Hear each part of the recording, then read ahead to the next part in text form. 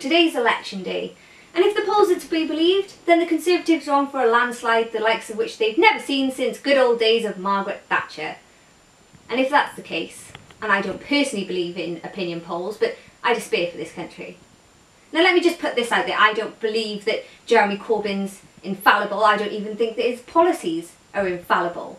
But what I do recognise is the need for change creeping out of every crevice and crack of this society. I've heard you grumble and groan about this government and its need to change, and yet when you're handed this opportunity, you shy away from it as if you're scared. Now, I know that most of you haven't read the Labour manifesto. You'll go and base your opinions on the media and what you've heard and seen. So I thought I'd help in this digestible format, in the hopes that you'll grab this like a life raft in a sinking ship. Because to me, to my family, to countless other people up and down this country, that's exactly what this is. Brexit. The whole reason that this election was called, apparently, Tess May needed a mandate, which she already had, but she needed a mandate. I think she even knows what a mandate is. Maybe she's lonely. Labour's echoed the same sentiments of Brexit means Brexit. So don't you worry, you crazy out kids, you still get your wish. But with the perks of having a leader that the other leaders actually like at the helm, and on top of that, one of the top barristers in the UK to negotiate. Better than Boris, right? Psst. I know that you've been told that Corbyn's going to be negotiating, but it's just because they don't want you to know what's happening on the other side. So, the manifesto says they'll negotiate trade benefits with the EU so that all you produce and farmers out there don't need to worry, which is good because, let's face it, without a trade deal we don't really have anything. And on top of that, you know, for all you worried about immigration, personally I like the diversity, but some of you worry each to their own because they've promised a system based on economical needs. And for the migrants already living in the UK, you're fine. We're going to sort out your rights. As well as the Brits living overseas will sort your rights out too, you lucky expat bastards. And don't be alarmed, dear, because they'll also reinstate the Migrant Relief Fund to help your overstretched services. So no need to blame those pesky migrant workers and taxpayers for clogging up your NHS.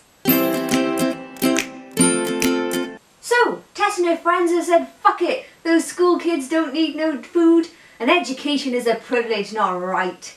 How dare they come in here into our schools with their dirty coal-stained hands and their scruffy untucked shirts and their uncouth way of speaking. Doesn't one know one needs rich parents to go to university? It's the only way one can make a degree mean something these days, and by mean something I mean... Daddy's got a jag. Labour has made the audacious move to ensure that all kids get free school meals. I know, right? How the hell are they going to pay for that? Certainly not your taxpayers' money. If only we had a fully costed manifesto to let us know.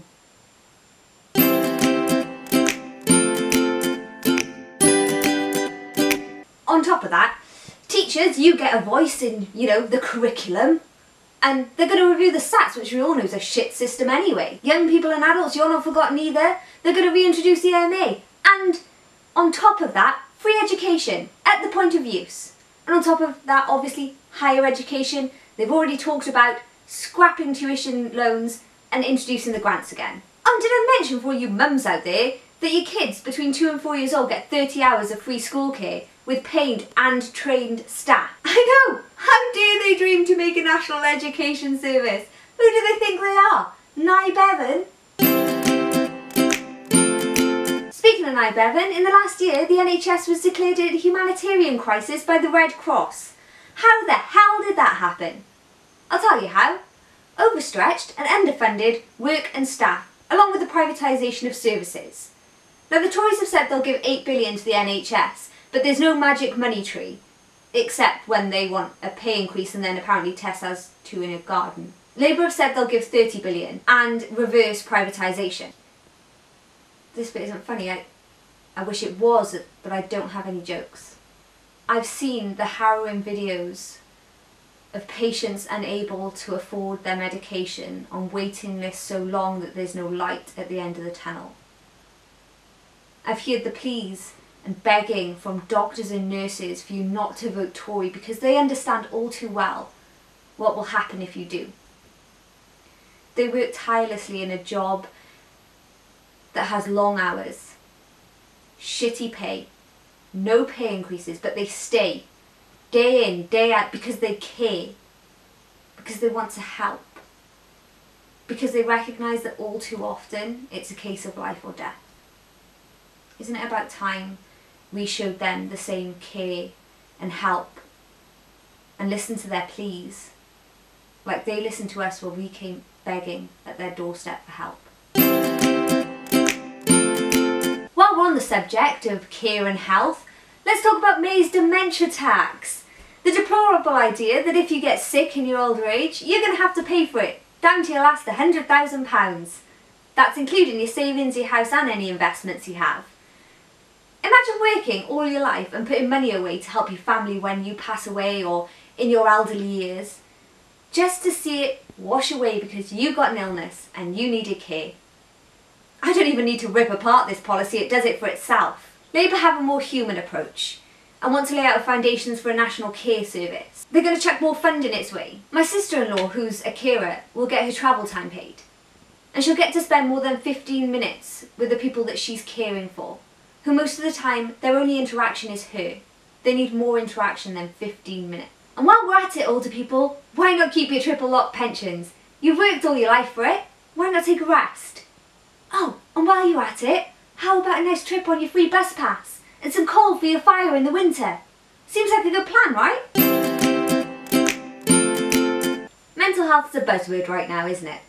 It's been worsening year upon year as funding's been cut. I have depression and anxiety, it's crap, it's horrible. But it's worse knowing that you could get better if you could access the services, but it takes too long. Tablets are the solution for the waiting game because, why not placate a generation on chemicals when, you could be giving them counselling or psychological therapies. May has said she'll give extra money, but it's nowhere near the amount that she's already cut. It's like trying to scoop the milk back into the bottle after your kids have spilt it all over the fucking floor.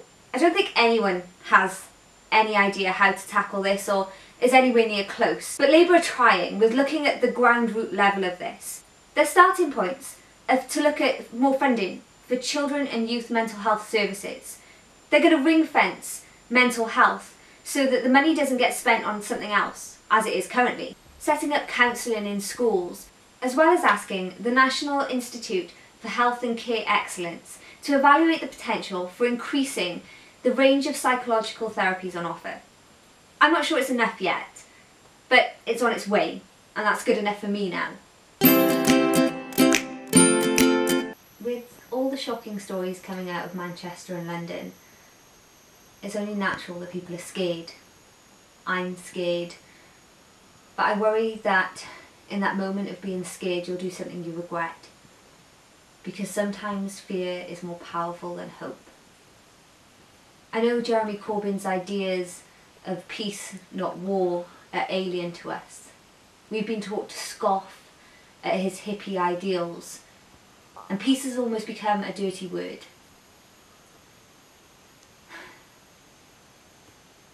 I was brought up to believe that we're all humans.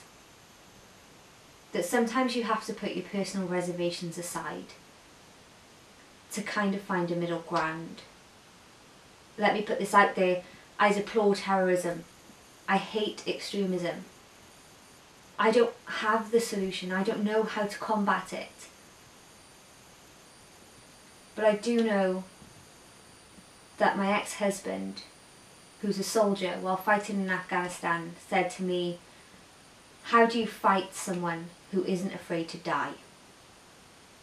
That's why I know that bombs won't work, war won't work, nuclear weapons won't work. We need a different strategy. We need to be able to sit down with other leaders and talk this through. We need Jeremy Corbyn's off-the-wall ideas of diplomatic process and ministers for peace and disarmament.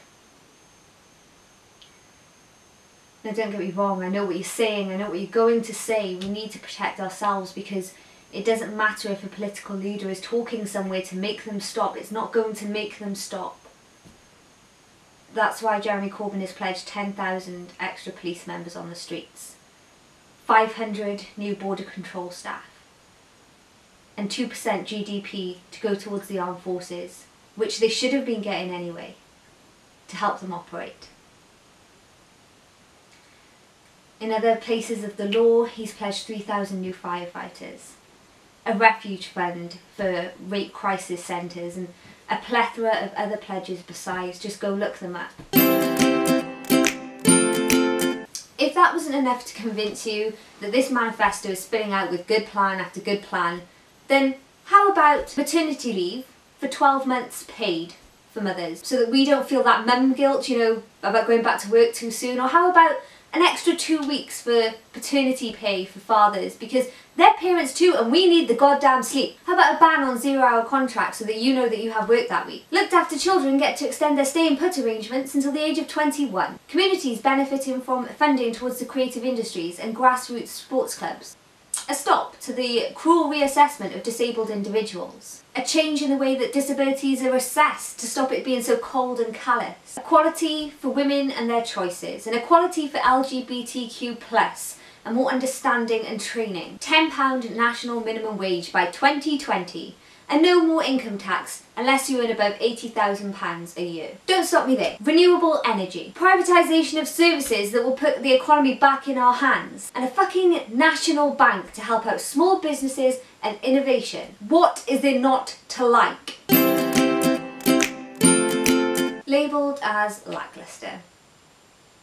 Opposed by MPs on both sides. And apparent links to the IRA. Doesn't sound like a great leader, does it?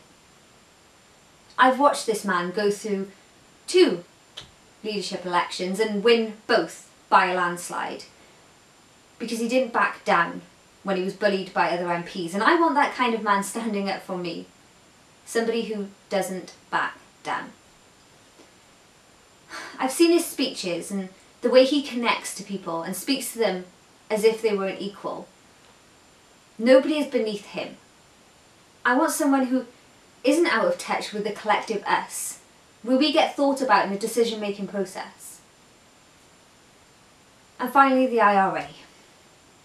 Now, I've witnessed time and time again this man talk about peaceful solutions and not wanting war or nuclear weapons. He isn't quick to pull the trigger and values all human life. Is it not possible that this man who speaks about finding a peaceful resolution was doing just that? And isn't that what we did with the Good Friday Agreement? Wasn't he just ahead of his time? To me, I see a man who looks at the world and understands that to make it better, it takes time and effort and money. I see a man who hasn't backtracked and whose voting history is squeaky clean. He doesn't go back on his ideals or his beliefs. So I'm done with the "I don't like him" argument. I think it's our failings as a society that we see a good and genuine person and instantly become suspicious. Look kids, ultimately you've probably already made up your mind. You know who you're voting for. But if you sat on that fence, or you're thinking about spoiling a paper, then just consider what I put forward to you today. Be the change that you've been asking for. Be brave enough to demand more. If Labour loses this election, and we all showed up to vote, then I lost, we lost, they lost. But that's democracy.